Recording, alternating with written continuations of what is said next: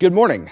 Thank you all for tuning into this live stream, and thanks to those of you who will watch the video of the event later. I'm Michael Strain, Director of Economic Policy Studies at the American Enterprise Institute. On the back of a protracted conflict with Hamas in the Gaza Strip, Israel is now engaged in an open military contest with Iran, a contest that took a dramatic turn with the U.S. bombing of Iranian nuclear sites.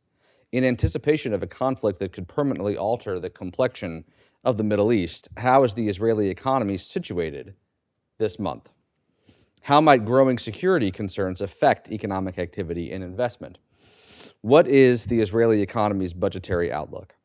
To address these questions and more, I am pleased to welcome Noach Hacker, Minister of Economic Affairs at the Embassy of Israel. Minister Hacker will offer a presentation about the preparedness of the Israeli economy during wartime. Following his presentation, he and I will have a conversation. You're welcome to submit your questions. You can submit them to my colleague John Toohey via email. His email address is john.toohey@aei.org. You can find the spelling on the event webpage. You can also submit questions via X using the hashtag AskAEIEcon. Noach Hacker was born in Jerusalem and received a BA in Social Sciences from Bar Ilan University and a master's degree specializing in international economic influence from the University of Haifa. In the past 5 years, Minister Hacker has served as director and vice president of one of the largest media companies in Israel. Before that, he held various positions in the Ministry of Finance, including deputy director of the Budgets Department.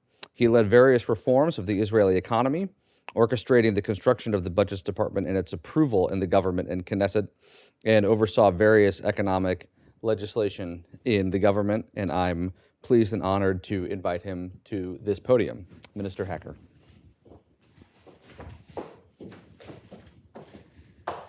Thank you very much, Michael, for having me here again. This is a very unique time for us. As always, when I come visit here, Israel is now approaching 630 days of war. 630 days. Israel starting eliminating the Iranian nuclear threat from Israel. I think that will be a part of the presentation that I will present in the coming minutes to understand that this is not a regular security event, a regular geopolitical event. It's very different than what we experienced until now. But first, I want to start with the fact that the Israeli resilience on the economy, which I will just show, is not by mistake, it's not by accident, it's something that Israel has been preparing for decades, not even 1 decade. If we take a look at Israel's fiscal policy, right? For years now, we've been working to get a low debt to GDP ratio for years. And that's not by accident. That's with the understanding that because of geopolitical risks, Israel has to prepare better than other countries. We're seeing most of developed economies around the 80%, 90%, 100% and more debt to GDP ratio. Israel is now, even after almost 2 years of war, less than 70%. That's not by accident. But it's not only the fiscal policy. The debt management of Israel is very unique. Israel's been holding to only 15% of the actual debt, the government debt, is foreign debt. Only 15%. That's about, most of it's dollars here in the US. That's about $50 billion. But against this foreign debt, Israel keeps foreign exchange reserves. The amount of foreign exchange reserves that we keep in Israel is more than 4 times as much as our foreign debt. I think that kind of stability, which you see is here, is built through the years. It's not something that happened overnight. I think that's all in preparedness to make the Israeli economy resilient and strong. And that's what we've been seeing in the last couple of decades. And it shows. You can see Israel's economy track record. I don't know how many of you really understand the fact that even after the worst war we have experienced, the Israeli economy is continuing to grow. We don't just survive conflicts. Israel's economy grows through the conflict. And that's what we see that happened in 2024. A whole year of war, positive growth of about 1%. 2025 first quarter data, Israel's economy is growing by 3.7%, which is more than most countries that don't experience war. So I think our track record here, the only time that we had negative growth is during COVID, and you see the reaction of the Israeli economy to COVID in the years after that, like 15%, 16% growth. So I think that track record also shows the resilience of the Israeli economy. And that's why when you take a look at economic projections, either the IMF, the World Bank, this is the latest one of the OECD, where all the countries' outlooks are coming down. Israel is going up. OECD projects the Israeli economy to grow this year over 3% and next year almost 5%. 5%. That's because of this unique track record that we have growing through conflict. Part of the reason why this is happening in Israel, you can see in this graph. This graph is high-tech exports of services from Israel. If I wouldn't put on the dates beneath, you wouldn't be able to point out wars or conflicts or even pandemics on this graph. It continues to grow and grow steady.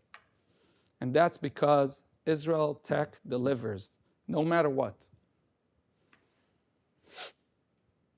Let's talk a couple of words about this specific conflict that we're in now.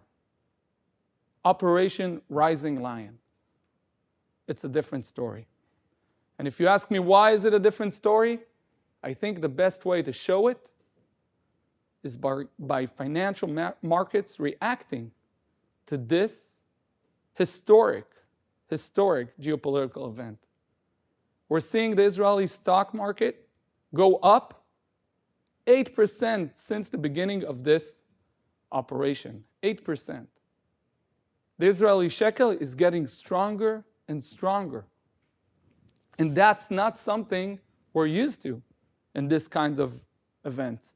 We're seeing in the Iron Swords War, which started just after October 7th, it started with a very negative reaction of the markets. But it's not only the Iron Swords. It's also our last significant conflict in the Lebanon war also experienced the same. But what we see now in this Rising Lion operation is the exact opposite. Markets react positive for this operation. And there's many reasons for that, probably a lot of things that we're going to talk about in the next couple of minutes, but I think it shows that those who bet on the Israeli economic resilience enjoy many, many, many positive outcomes. And I can tell you that if you would invest in Israel on October 6th, now you would have seen more than 50% growth on your investment. And it's not only the market reacting now, it's the change that this geopolitical historic event will create not only on Israel, but it's also for the region.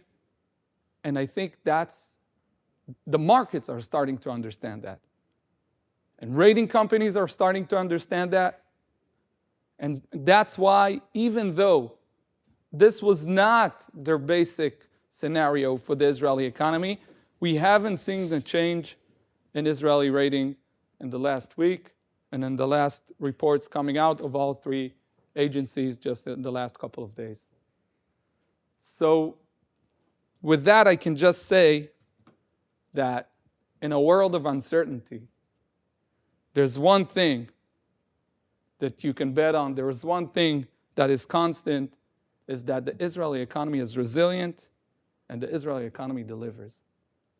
And I think we have a lot to talk about here, Michael, but that's the main issue, to see how we don't just survive conflicts, we grow through them.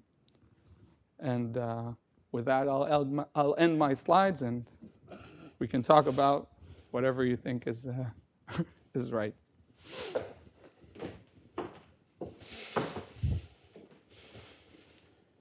Thank you.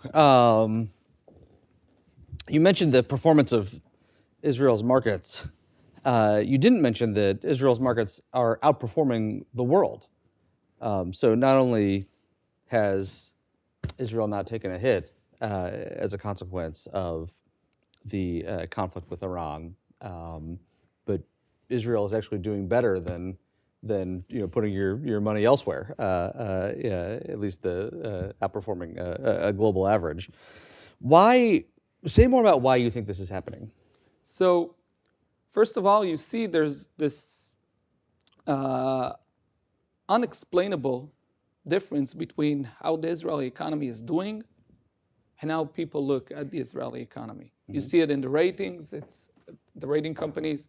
It's more the rating agencies. It's the most clear, right? Because when you have such a strong economy, if you're like in 60-something% debt to GDP, such a stable financial position, why is the rating not AA plus or AAA? The reason is geopolitical risks. Mm-hmm. That's the reason. That's what we always hear from the rating companies. Geopolitical risk, geopolitical risk.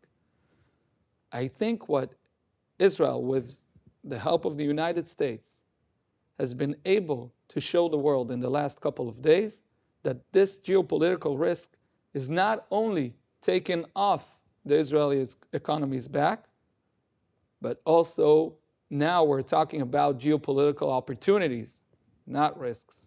Because if you take away the threat of elimination of it from Israel by Iran, and you disrupt in such way that we did the Iranian axis of evil, then you see the benefits for the Israeli economy, and you actually can see that in the rating reports that came in the last couple of days. They're mentioning this specifically. They're saying, look, this is not the baseline we considered when we rated Israel last time.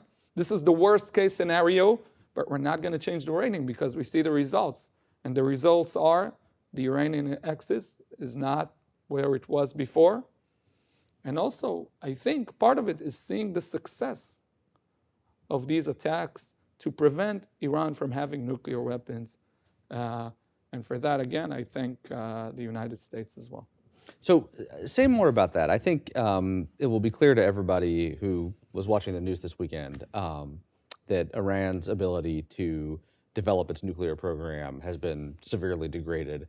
But that's one of the two risks that you mentioned. The other risk you mentioned that has been mitigated is the kind of axis of various Iran-funded and Iran-supported groups in the Middle East. Say more about how that's been degraded.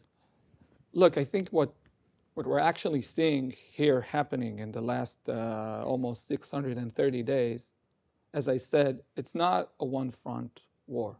It's not only a war with Hamas. It's a war with Hamas, Hezbollah, the Houthis, Iran directly now, but for many years Iran's been fighting us through different terror organizations. And I think when you see what's going on in Syria, what's going on in Lebanon, the situation Hamas is in, I think the understanding is that Israel now, I know it's like hard to believe when you imagine life after October 7th, but imagine where we are now. Imagine where Hezbollah is now and where it was on October 7th. Where Hamas is now and where it was on October 7th. Where Iran is now and where it was on October 7th. I think it's very clear that Israel it's in a very safe place regarding where it was just a couple of months ago. And I think to see, a lot of people projected that the Israeli economy won't hold. This is like an economic threat, right? This geopolitical realization of the multi-front war. This is the risk everybody's been talking about. And we've been showing results. Look, if I show you the graph of the growth of the Israeli economy, that we haven't experienced negative growth, like yearly negative growth throughout all front war, it's really shows the resilience of the Israeli economy. You know, I've been talking, my father is 85 years old, and I've been talking to him in the last couple of days. He's like, well, now I'm going to get my hair cut, I'm going to sit in a coffee place. Missiles are falling on Israel, but the Israeli people are very, very resilient. And you see the economy working. I showed you the graph of the Israeli high tech, which is just going up. So I think that shows all the financial markets that even after all the realization of the multi-front war we're in a growth rate of 3.7%. Imagine what will happen when we don't have this burden of Iran over us with all its terror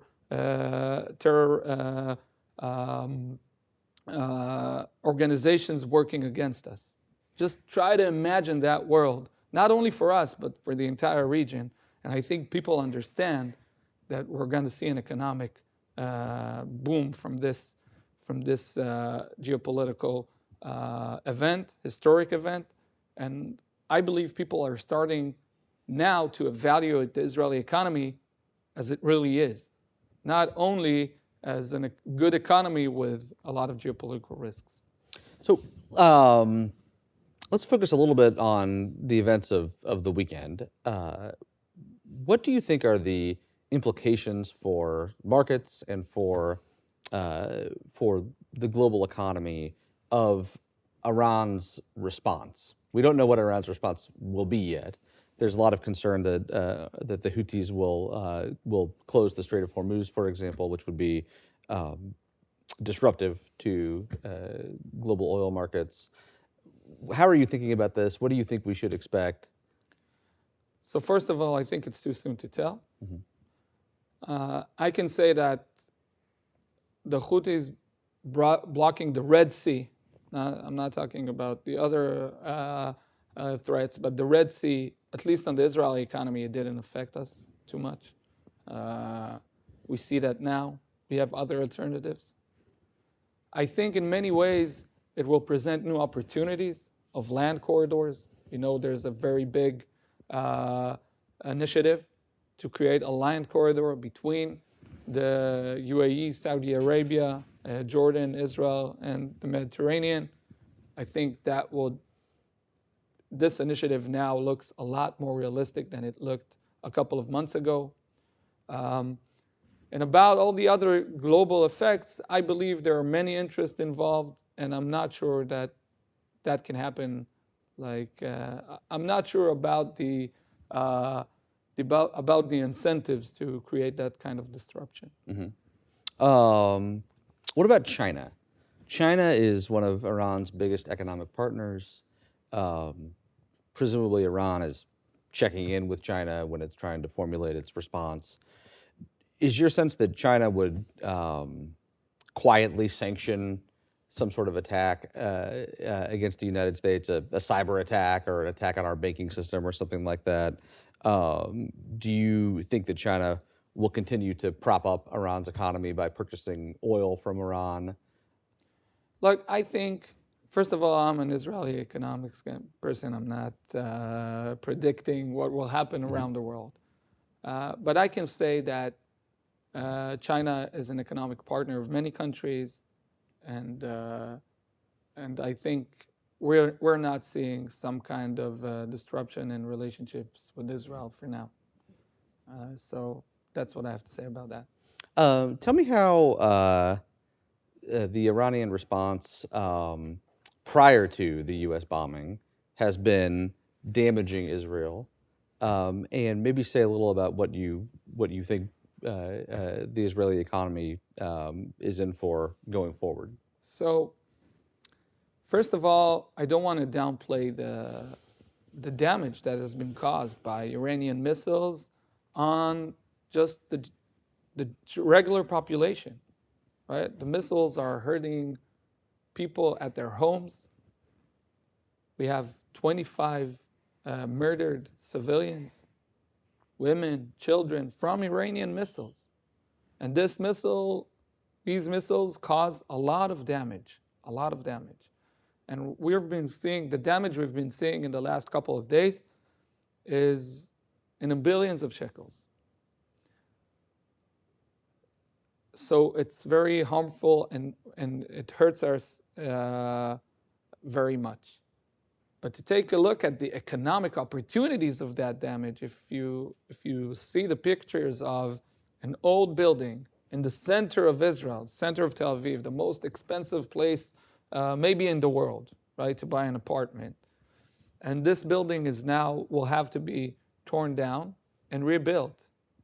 The rebuilding of it, the economic opportunities that it creates, and the building that's going to come up, it's not going to be a 2-story building that was there before. It's going to be a 20-story, 30-story building. So it creates a lot of economic activity. But it's not only the construction that is going to boom in Israel. It's also defense industry that has now been showcasing Israel's abilities far, far, far away from Israel. It's unprecedented almost, the things that we do now and our abilities and what we're showing. And that will boost Israel defense industry, Israel high-tech, which is highly connected to those industries. And I think that will create another boost for the economy. So you have construction, you have defense industry, and you have the general high-tech pushing forward. And I think that's what we're going to see coming out of this conflict. I think the financial markets are already starting to show it, because if you take a look what are people investing in Israel now in the last couple of days, you see exactly these sectors: tech, defense industries, real estate, and such. So I think we have a very bright future ahead of us in the next couple of years. And that's, again, without including in the geopolitical opportunities that will present themselves after the Iranian threat will be taken completely down, which is, now we're almost there. It's not something that can't be achieved. We're getting close. Let's zoom out a little and go back to the fall. It's remarkable. Since October 7th, if an investor purchased stocks in Israel on October 6th, those stocks, that investment would have outperformed an investment in the United States. Say more about that. So I think, again, people, a lot of times I explain it through my personal experiences, right? So my child learns mathematics in Israeli university. He's a high school student, and his lessons are in Zoom. And one time I'm going through his room and I'm watching him learn, and I see his teacher in uniform and like an army jeep going in the background. And it seemed weird for me that my son looks at these kinds of videos. So I came in and I said, well, what's going on here? He said, well, I'm in the middle of math class. Because the teacher went to reserves and he's teaching from reserves. And I think when you understand how Israel works, you see the ability for us to adjust is just like I said, we don't survive conflicts. We grow through them. You always find the opportunity and you always continue on. And then when you actually adjust yourself, you're rushing forward. And I think that's what we saw. 2024 was a year of 1% growth in Israel because it took some time to adjust to what happened to the war. But then first quarter of 2025, 3.7%, which is very high. You see that across sectors. High-tech in Israel went up, exports went up. You see it in defense industries. It was a record year, 2024, record year for defense exports. And that broke the record of 2023, and hopefully 2025 will break the record of 2024. So I think we have a lot of very significant drivers to the economy. There's the Israeli public that are very, very resilient, very adjustable. And I think that's what pushes us forward. And that's why you see during this war, global companies coming to invest in Israel, to merge with Israeli companies, to establish R&D centers in Israel during this war, because they understand the abilities of the Israeli people, of the Israeli engineers, Israeli innovation. And I think that's what you see in the stock markets. And as I said, those who believe in the Israeli economic resilience enjoy the benefits of it. And when you look back, for sure, the people that did put their money on Israel are now not sorry about it, let's say. Yes. Let's zoom out even more. So the path of Israel's debt to GDP ratio over the last 25 years, as you showed, looks very different from other nations, in spite of the fact that, like everybody else, Israel had to go through the COVID-19 pandemic, and Israel has been at war. And of course, pandemics and wars are times when nations usually increase their debt levels. Say a little more about how Israel has managed to keep not just such a comparatively low level of debt, but such a stable level of debt. So we manage our fiscal policy in a couple of ways. First of all, there's the yearly objectives. We have a cap on expansion, on expenses, and a cap on the deficit. That's one thing. We have a yearly thing. But also we have, it's called the numerator. 3 years ahead, we have to adjust the budget to the deficit, to the expense cap. Okay? So in every decision you make, you keep in mind the next 3 years, you keep in mind the yearly objectives. And that's why you see when COVID came, you're right, we expanded the debt. We came from 59% debt to GDP to 70% debt to GDP. But in the next year after that, we went back to 60. It helped that the economy grows a lot, right? But we didn't use that money to keep expenses high. We used that money to lower the debt. Because again, we've been preparing not only for pandemics, but also for this multi-front war that we're now in, we're in the heart of. So we use that added growth to lower the debt. And then even in wartime, which we are in now, we're keeping a strong hold on our finances. We're keeping a strong hold on our fiscal policy, and while allowing the private sector to grow. You're not seeing taxes coming up on corporate tax. You're not seeing these kinds of things. A lot of different abilities to reduce the deficit, some expenses coming down very sharply. There was a new agreement with government on government wages in order to restrain them, in order to lower the deficit, lower the debt to GDP ratio. Income, the government income in 2025 is already 20% higher than we expected during when we established this budget. That's a lot to do with the fast growth we're seeing in the first quarter, the 3.7 growth. So we have a lot of resources, and we're using them in order to push down the debt to GDP ratio. So imagine a country with that kind of stability and now a lot less risk. And I think that's a reaction we're starting to get from rating agencies, but also from the financial sector. They're saying, look, okay, they're doing it, most of the time they're doing it, we believe that's the right thing because they have a lot of risks.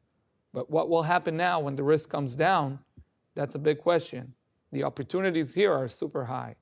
to invest in infrastructure, to invest in many, many things. I think that's what we're going to see in the coming budget. If not next year, the year after that, you're going to see how Israel is really planning to expand its economy and rise to the place that we're supposed to be in. So that's a good transition to what I think would be a good final question. Let's look forward. Yeah. What opportunities do you think are coming online in Israel?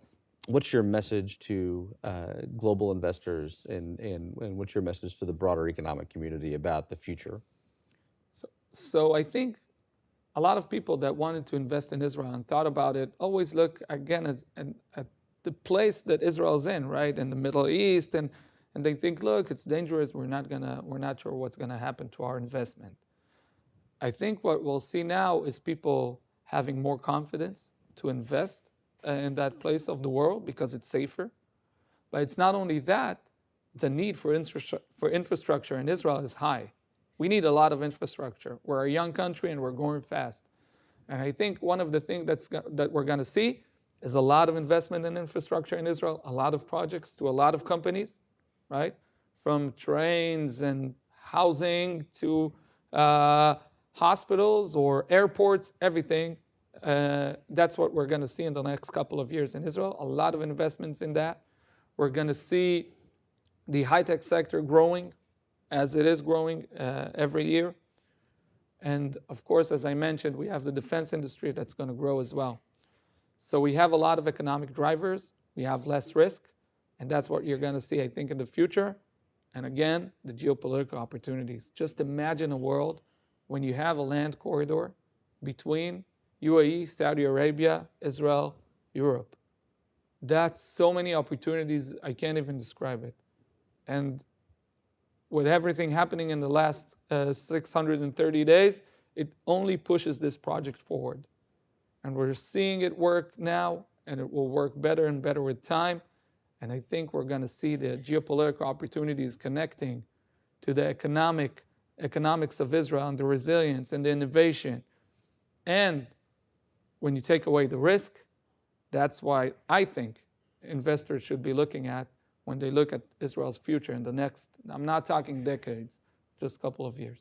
Well, markets are certainly in agreement with your optimism. Again, it's remarkable that an investment in Israel on October 6, 2023 would have done better than an investment in the United States. And if you look at the market reaction, at least this morning before I came downstairs, Israel is again outperforming the rest of the world. So investors share your optimism. Thank you very much for being here. Thank you. Thank you for having me here again.